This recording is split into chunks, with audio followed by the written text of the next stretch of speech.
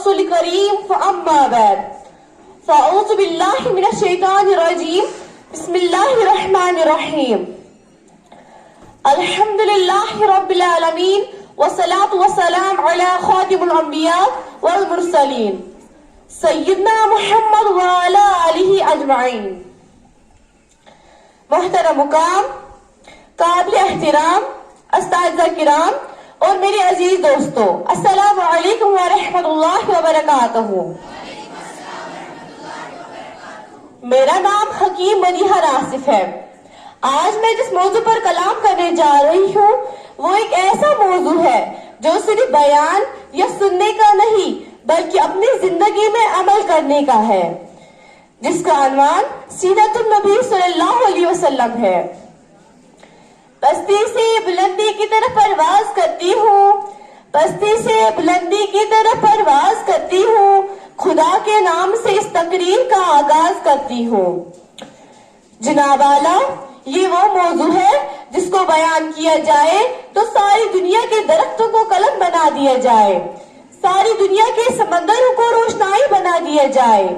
اور زمین سے آسمان تک کے خلا کے ہر حصے کو راکھ بنا دیا جائے، تو پھر ہم یہ بھی گمان کر سکتے ہیں کہ دنیا کے سارے قلم ٹوٹ جائیں گے،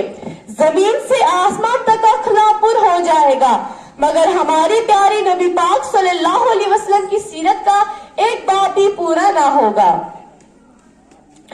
ہو گئی زندگیاں ختم قلم ٹوٹ گئے،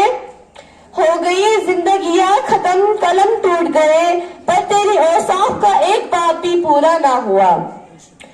جناب صدر، اللہ تعالیٰ قرآن مجید میں فرماتے ہیں وَمَا أَرْسَلْنَاكَ إِلَىٰ رَحْمَةً لِّلْعَالَمِينَ، یعنی بے شک میں نے آپ صلی اللہ علیہ وسلم کو تمام جہانوں سے پیارا بنایا، تمام جہانوں کے لیے رحمت بنا کر بھیجا۔ صدر علی اوقات رحمت للعالمین، یعنی کہ ہمارے پیارے نبی کہ جنہیں اس جہان کا آخری نبی بنا کر بھیجا گیا۔ حضرت آدم کی بزرگی سے لے کر حضرت نوح کی تبلیغ تک اور حضرت داؤد کی قربانیوں سے لے کر حضرت یوسف کے حسن تک تمام انبیاء کے کمالات، صفات اور معجزات ہمارے پیارے آقا کو عطا کیے گئے۔